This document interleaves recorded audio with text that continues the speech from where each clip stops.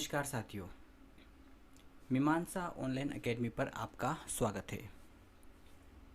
इस वीडियो में साथियों हम बात करने वाले हैं रीट परीक्षा के संदर्भ में। जो प्रतियोगी वास्तव में तैयारी कर रहे हैं उनके लिए यह बहुत इम्पोर्टेंट वीडियो है, क्योंकि हम इसमें चर्चा करेंगे कि किस तरह से रणनीति बनाई जाए और किस तरह की रणनीति पिछली बार रही थी। तो इन दोनों में अंतर करते हुए हम इस वीडियो में आगे चलेंगे। तो देखिए, हम कट ऑफ की बात करेंगे और भविष्य में 2021 में अगर परीक्षा होती है तो उसकी क्या रणनीति रह सकती है, वो कट ऑफ कितनी जा सकती है, इन सब बातों पर हम अभी चर्चा करेंगे। तो चलिए शुरू करते हैं। सबसे पहले हम विषय लेते हैं अंग्रेजी। देखिए, उस समय 70% तो परीक्षा का था और 30% ग्रेजुएशन का लिया गया था। इस बार शर्तें अलग है, इस बार इसको 10% पर ले आए हैं। तो अंग्रेजी की मेरिट 67.93% उस समय रही थी। 67.93%, इसका मतलब है लगभग 100 नंबर। 2021 की बात भी हम यहाँ पर करते चलेंगे, साथ साथ में 2021 की बात भी करते चलेंगे।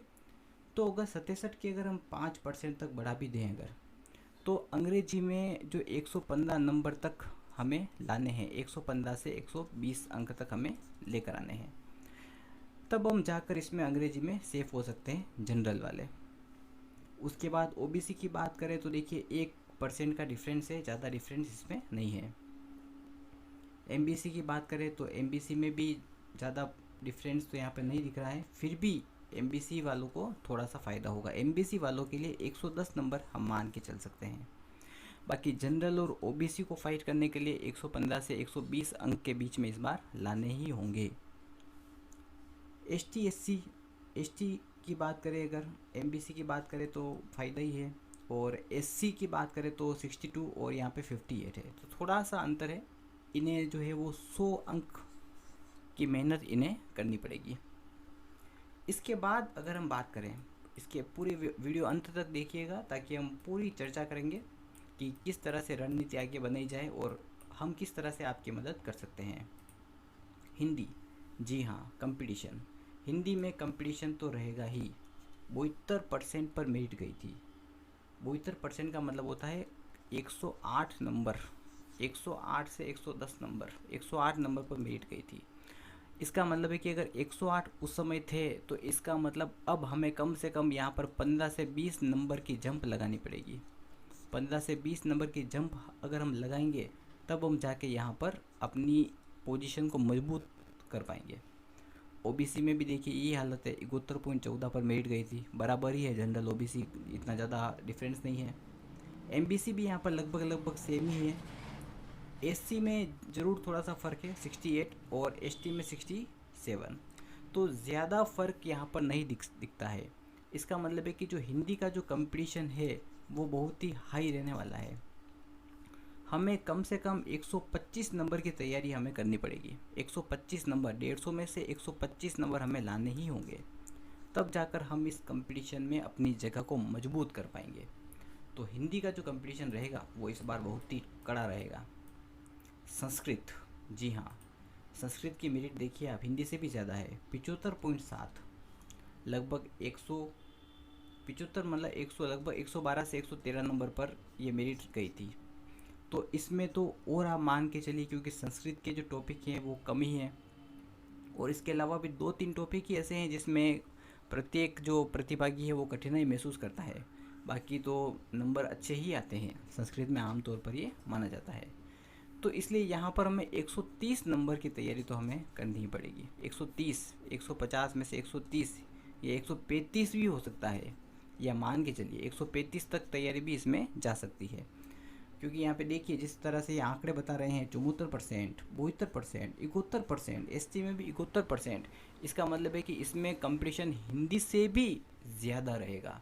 हिंदी से भी कड़ी जो टक्कर है वो संस्कृत में देखने को मिलेगी। उसके बाद वही हालत सोशल साइंस की भी है, क्योंकि कंपटीशन ज़्यादा है। कॉमर्स वाले भी बैठे हुए हैं, कॉमर्स वाले भी इसी में हैं, और आर्ट्स वाले भी हैं। तो दो तरह के जो कंपिटिटर्स हैं, दो अलग अलग कंपिटिटर्स एक ही एग्ज़ाम देंगे, तो इसका मतलब ये जो मेरिट है 74, ये इस बार जा सकती है 80 से 82 तक मेरिट जा सकती है। देखिए यहाँ पे जैसे ओबीसी की बात करते हैं तो भी 73%, 1% का ही फ़र्क हो रहा है लगभग। एससी में भी 70 गई है और एसटी में भी 69.76 ही गई है। तो इस तरह से सोशल साइंस में तो मार काट है, मतलब ये तो एक तलवार है, मतलब जिस पर चलना ही है आपको। कटेंगे, या तो कटेंगे या फिर जीतेंगे, दोनों एक ही बात है इसमें। क्योंकि यहाँ पर तो कंपटीशन बहुत ही ज़्यादा रहेगा। कम से कम यहाँ पे आपको 80 से 82 या हो सकता है कि 85% भी आपको बनाने पड़ सकते हैं। जी हाँ, कंपटीशन, और वो भी 85% तक जा सकता है इसमें। इस बार तैयारी आप फुल रखें और एससी एसएस में किसी तरह का कोई चांस ना लें, हो सके वहाँ तक प्रत्येक प्रश्न पर ध्यान दें। चलिए बात करते हैं साइंस मैथ्स की। साइंस मैथ्स में भी देखिए 75% पर मेरिट है। साइंस मैथ्स में तो देखिए आमतौर पर जाती है, हाई मेरिट जाती है 73 74, क्योंकि फैक्ट्स वाले सब्जेक्ट्स हैं ये, तो यहाँ पर देखिए आमतौर पर आपको मिलेगी मेरिट इतनी, तो डरने वाली बात यहाँ पे नहीं है। इसमें आते भी है नंबर। और एसटी में भी देखिए 64 है, तो यहाँ पर भी आप मान के चलिए कि 80% पर तो मेरिट यहाँ पे भी जाएगी ही जाएगी। 80% तो आप मान के चलिए। तो अब यहाँ पे हम सार की बात करते हैं कि 2021 का जो सार है वो क्या रहेगा, हमें किस तरह से चलना है। जैसे कि मान लो कि हम सब्जेक्ट लेते हैं, जैसे कि यहाँ पे मैं आपको बताता हूँ, पूरा हम डिस्कस करते हैं पूरा। जैसे कि मान लो हमने यहाँ पे लिया हिंदी, हिंदी के 30 प्रश्नों में से अगर हम 25 सही करते हैं, 25 हमने सही कर लिए, 25 तो हमें सही करने पड़ेंगे। उसके बाद संस्कृत की बात करें, संस्कृत की अगर हम बात करें तो यहाँ पे संस्कृत में भी हम 25 प्रश्न तो हमें सही करने ही पड़ेंगे, 25 या 26 दोनों में से एक आप मान के चलिए, या तो 25 या 26 लगभग इतने प्रश्न हमारे सही होने चाहिए। ज़्यादा तो करेंगे तो हमारे लिए फ़ायदा ही है। मनोविज्ञान की बात करें, मनोविज्ञान में भी हमें कम से कम 22 से 23, क्योंकि ज़्यादा होते नहीं है इसमें, गलत भी हो जाते हैं, तुक्का लगाने पे गलत भी हो जाते हैं, तो 22-23 आप एवरेज मान के चलिए। उसके बाद सामाजिक विज्ञान की बात करें अगर जैसे एसएस की, तो एसएस में हमें 45 प्रश्न का टारगेट तो हमें लगा के चलना पड़ेगा। 60 में से 45 प्रश्न तो हमारे सही होने चाहिए, तब जाके हमारा जो ये एवरेज है ये लगभग 120 से 125 के बीच में बैठेगा। 120 से 125 के बीच में बैठेगा। अब कैसे आएंगे, देखिए हिंदी में तो आप मीमांसा पर जुड़ सकते हैं। कोर्स लेके आ रहे हैं हम रीट का, उसमें मैं आपको गारंटी दिलाता हूँ कि वहाँ से प्रश्न आएंगे, और नहीं भी आए तो भी उस लेवल पर जाके हम आपको खड़ा कर देंगे कि वहाँ से आपको ये रास्ता जो है वो इजी लगेगा। ठीक है, गारंटी नहीं लेते हम कि वही आएंगे, पर उस लेवल पर आपको ले जाके खड़ा कर देंगे कि आपको दिक्कत नहीं आएगी।